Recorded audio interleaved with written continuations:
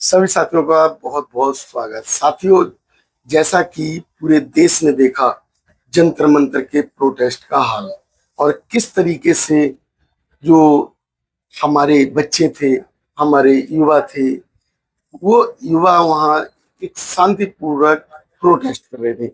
और शांतिपूर्वक प्रोटेस्ट करने के बीच में जो ये घटनाएं घटित हो गई, अचानक पत्थरबाजी हुई, पुलिस ने जो है लाठियां चलाई। और उस प्रोटेस्ट में मैं भी उस समय का हिस्सा था। मैंने भी देखा था कि उस जगह कहीं भी पत्थर नहीं थे, रोड बिल्कुल क्लीन। और जैसा कि सभी लोग जानते हैं, जंतर मंतर या उसके आसपास के जितने एरिया हैं वो बिल्कुल क्लीन रहते हैं, उस पर कोई पत्थर वगैरह नहीं मिलता।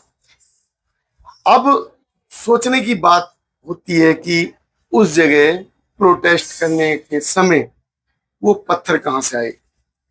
हमारे साथ चर्चा करने के लिए सचिवाला जी हैं, जो कि अक्सर हमारे जो व्यूअर्स हैं वो देखते हैं, सुनते हैं। जय भीम मैम। जय भीम, नमो बुद्धाय सभी को। सुनिए, जैसा कि आप लोग देख रहे हो कि बच्चों पर किस तरीके से वो एक आपराधिक तंत्र के रूप में उनको ट्रीट किया गया। वो बच्चे जो कि शांतिपूर्वक प्रोटेस्ट कर रहे थे और उन पर अचानक लाठीचार्ज होना, उन पर पत्थरबाजी होना।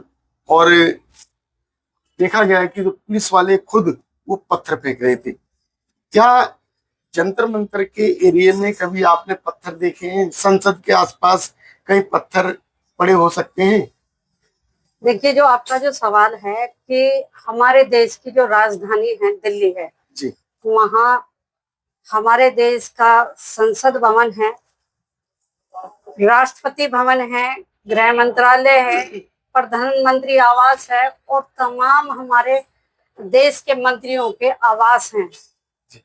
वहां पे तो एक, जैसे ये कहते हैं ना कि कहीं आतंकवादी हमला हो गया, वहां तो इतनी सिक्योरिटी टाइट होती है, बहुत ज्यादा। वहां की सड़कें आप ऐसे देखोगे कि अगर वहां पे कोई चीज, एक सुई भी गिरती है तो वो उसकी भी आवाज आपको आती है या आपको दिखाई देती है कि यहाँ सुई गिरी है। तो वहां पे पत्थर आना, ये तो आप समझ सकते हैं, सोची समझिए एक साजिश के तहत ये हुआ। ये जो 20 तारीख में जुलाई में एक आंदोलन हुआ नीट परीक्षा को लेके, जिसमें पेपर लीक हुआ और कम से कम 90 पेपर लीक हुए हैं। नहीं, अब तो 102 से ज्यादा हो गए। जो भी है, 103। हाँ 103 या जो भी है। मैं ये कहना चाहूंगी, जब हमारे देश की शिक्षा व्यवस्था इतनी कमजोर है, आप जरा पूछो उन बच्चों के पेरेंट्स से वो किस तरह से कमाते हैं, किस तरह से अपने बच्चों की फीस जमा करते हैं। आपके भी घर में बेटे हैं, बेटी हैं, और आप किस तरह से रात दिन मेहनत करते हुए उनकी फीस की व्यवस्था करते हैं। बच्चों के दिमाग पर ये बात बहुत गहरी असर करती है कि हमारे पिताजी, हमारी माँ किस तरह से हमारी फीस का बंदोबस्त करते हैं। और वे 18-18 घंटे पढ़ने के बाद परीक्षा देते हैं और उन्हें ये लगता है कि इस बार हमारा एग्जाम क्लियर होगा।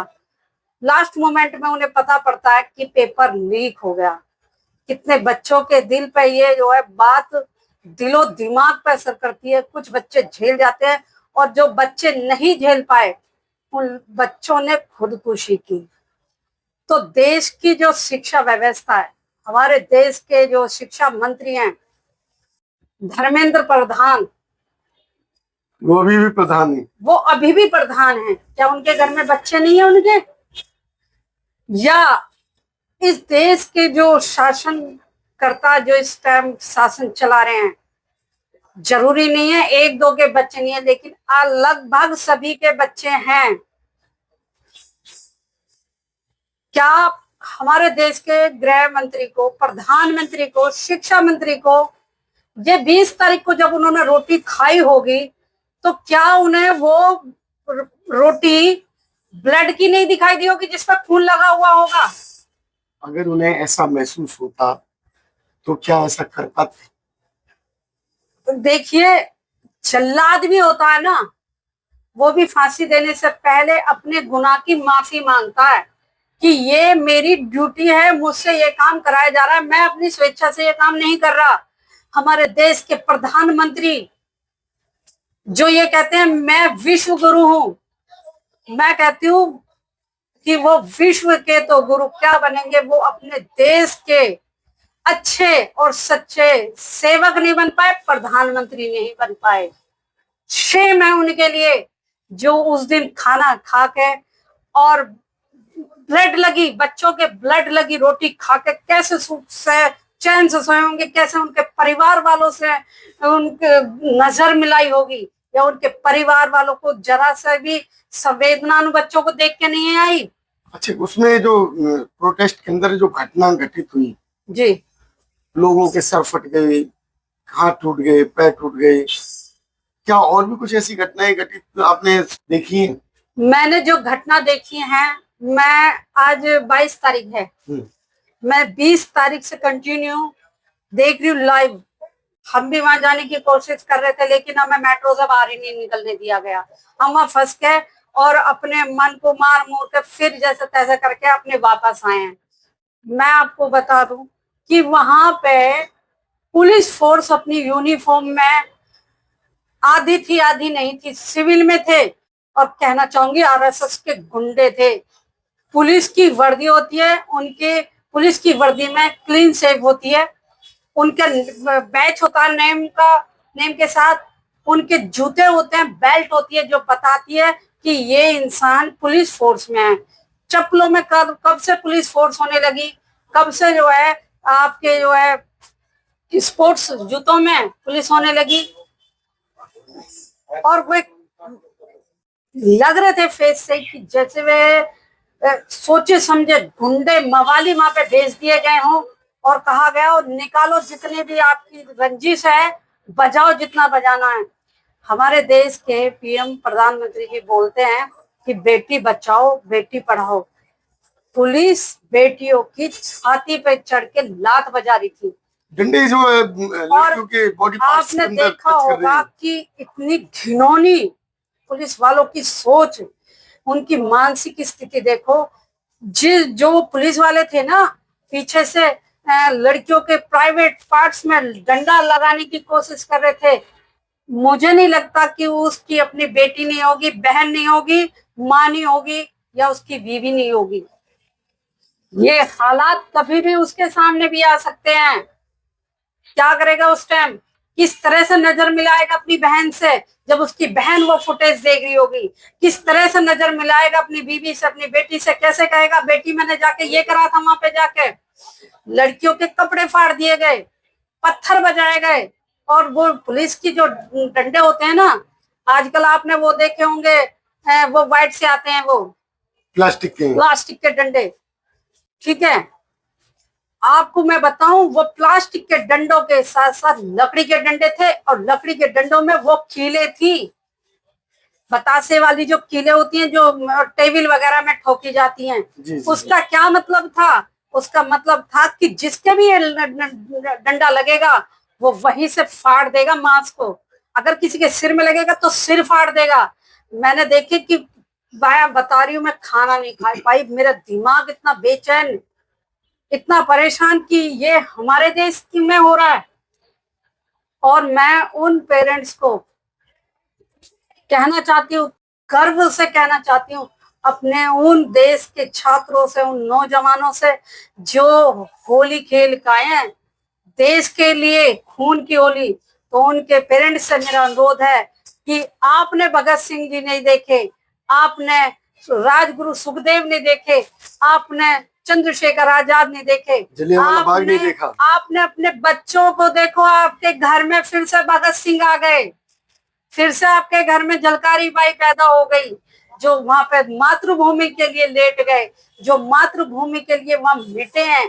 ये पुलिस छुपा रही है देश की सत्ता को, जो ना उखाड़ फेंक देंगे ये जो नौजवान हैं। मुझे अपने देश के नौजवानों पे गर्व है, और बहुत गर्व है कि ये हमारे देश को गुलाम होने से बचाएंगे। अच्छा, ये जो प्रोटेस्ट की जो डेट 20 तारीख रखी गई थी, जी वो किस तरीके से रखी गई थी? क्या इसमें पॉलिटिकल चाल थी, क्या था, क्या लगता है आपको? देखिए, इसमें मुझे तो सिर्फ और सिर्फ जो देश के जो युवा हैं, जो आज नौकरी की तलाश में, आज पढ़ लिख के इस लायक हो रहे हैं कि अब हम अपने परिवार को एक अच्छा सुख दे पाएंगे, एक अच्छी पोस्ट पे पहुंचेंगे, उन लोगों का गुस्सा था। और ये गुस्सा आज का नहीं है, ये गुस्सा 12 साल से है जो झेल रहे हैं तरीके तरीके से। ठीक है, आपने देखा जिस दिन हमारे देश की नई संसद का उद्घाटन हो रहा था, हमारे देश की बेटियां, खिलाड़ियां, जो देश का सम्मान है, गौरव है, जो बाहर विदेशों से सम्मान लेके आती हैं देश के लिए, उन्हें सड़कों पे घसीटा गया था। अच्छा, ये देखा गया है कि जो हमारे राजनीतिक नेता, जो सांसद, कुछ वहां जो पहुंच कर ये कह रहे थे मंच पे कि हम आपके साथ हैं, और रात को भी वहां बैठे रहे, सुबह भी बैठे रहे वहां पे। लेकिन जिस समय वो जो प्रोटेस्ट शुरू हुआ, और प्रोटेस्ट शुरू होने के बाद जो पुलिस ने जो बगावत की, वहां जो पत्थर फेंकने पुलिस की तरफ से जो देखे गए, उस समय वो लीडर भागते हुए दिखाई दे रहे हैं। क्या आपने देखा है? मैंने सारी चीज देखी है। जो ये नेता है ना, जो ये कह रहे हैं, जो वहां पे बच्चों को कह रहे थे हम आपके साथ हैं, हम लट खाएंगे आपके लिए, आपके ऊपर एक भी डंडा लट पड़ेगा तो सबसे पहले हम लट खाएंगे, हम मरेंगे, हम पिटेंगे।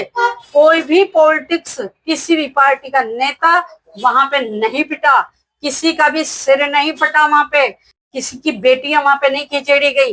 ये सिर्फ राजनीति की बात है, क्योंकि वहां सिर्फ युवा पिट रहा था, वहां पे पेरेंट्स पिटे हैं जिनके बच्चे वहां थे, वहां देशभक्त इंसान पिटा है, उसने अपनी उम्र नहीं देखी।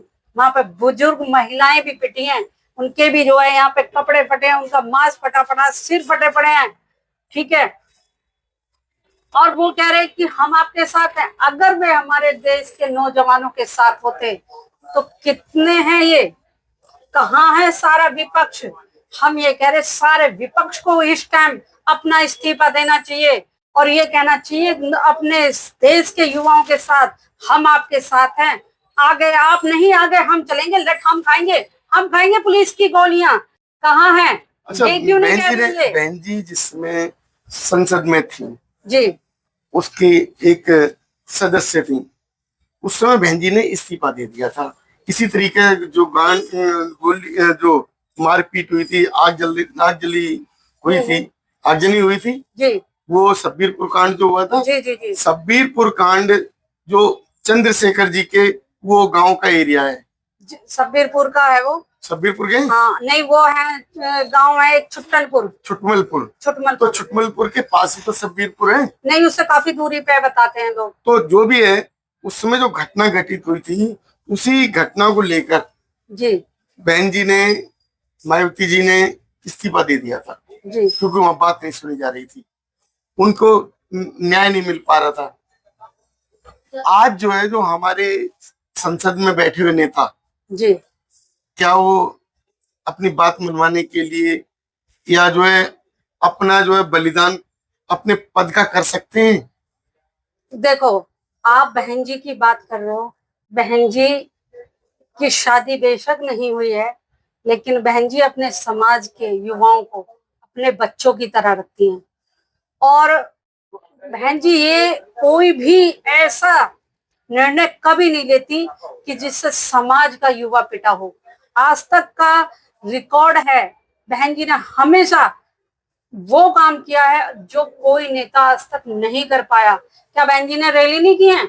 अभी आपने उसमें देखा होगा 2025 के उसमें अक्टूबर में, 9 अक्टूबर में माननीय साहब काशीराम जी की पुण्यतिथि पर बहुत बड़ा वो करा था, आंदोलन करा, वो किया था जी।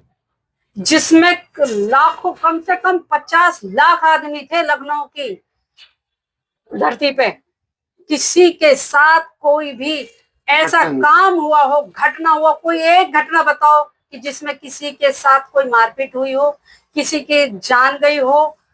ट्रेन भी चली, ट्रेन से लोग गए हैं, अपने वाहनों से गए हैं, बसों से गए हैं, जैसे भी जैसे कोई पहुंच पाया वैसे गए। लेकिन अब के जो नेता है ना, वो सिर्फ अपने राजनीति चमकाने के लिए युवाओं का बलिदान देने में कभी पीछे नहीं हटते। उनका बलिदान दे देंगे, उन्हें पिटवा देंगे, उन पे उनकी डिग्रियों पे रेड पेन फिरवा देंगे, फिर वो भागते नजर आते हैं, फिर वो या बेहोश होकर हॉस्पिटल में जाते हुए नजर आते हैं। तो जो अभी की स्थिति को देखते हुए क्या लगता है कि जो युवा वहां प्रोटेस्ट पे बैठ गए दोबारा, जी, उन्हें बैठना चाहिए या नहीं बैठना चाहिए, और कब तक बैठना चाहिए? मेरा मानना यह है कि जो हमारे युवा भाई बहन बेटे वहां पे बैठे हुए हैं और आंदोलन कर रहे हैं, मांग कर रहे हैं, वो गलत मांग नहीं है, क्योंकि हमारे जो देश की जो शिक्षा व्यवस्था बहुत बुरी तरह से ध्वस्त हुई है। और अगर एक शिक्षा मंत्री इतना हट कर बैठता है कि उसे खुद शर्म आनी चाहिए कि मेरे देश के युवा जिनसे मैं जीत के आया हूँ, ठीक है, खुद इस्तीफा देना चाहिए शर्म के मारे। तो उसे प्रधानमंत्री तो जो दे नहीं रहा, आपकी उसकी बात कर रहे हैं, तो जिम्मेदारी होती है। मैं सबकी बात कह रही हूँ कि इस टाइम चाहे हमारे देश का पीएम है, गृह मंत्री है या शिक्षा मंत्री है, अगर उन्हें रत्ती भर भी शर्म है और इस देश से उन्हें लगाव है, प्यार है, युवाओं से प्यार है, तो उन्हें अपने पद से तुरंत इस्तीफा देना चाहिए। और अभी 15 अगस्त आने वाली है, मैं आपके चैनल से के माध्यम से ये कहना चाहती हूँ, प्रधानमंत्री जी कैसे नजर उठाएंगे, लाल किले की प्राचीर से कैसे तिरंगा लहराएंगे, कौन से युवाओं को संबोधित करेंगे, किस चेहरे को लेके वे जाएंगे, क्या उनकी आंखें शर्म के मारे झुक नहीं जाएगी युवाओं के सामने? ये प्रोटेस्ट में तो प्रधानमंत्री जी पीछे के दरवाजे से भाग गए। डरपोक आदमी है वो, तो पहले से ही भागता है भाई। हमने तो पहले से ही देखा है कि गहने लेके जो आदमी भाग गया हो, ठीक है, अपनी पत्नी को छोड़ के भाग गया हो, ठीक है, अब देश के मुद्दों से भाग रहा हो, और एक न एक दिन देख लेना कि ये आदमी हमारे देश को गुलाम करके और फिर झोला उठा के सब सत्यानाश करके देश का भाग ही जाएगा, बचेगा नहीं। और अपने युवाओं से जो वहां पे धरना प्रदर्शन पे बैठे हैं, मैं उन्हें क्रांतिकारी जय भीम कहती हूँ और बोलती हूँ कि डटे रहो, ये देश आपका है। अपने देश के हक अधिकार के लिए, सुरक्षा के लिए, अपने देश के लिए बलिदान देना पड़े तो बलिदान देने से पीछे मत हटना। हम आपके साथ हैं, अगर लड़ना पड़ेगा लड़ेंगे, मरना पड़ेगा मरेंगे, हर तरीके से आपके साथ हैं।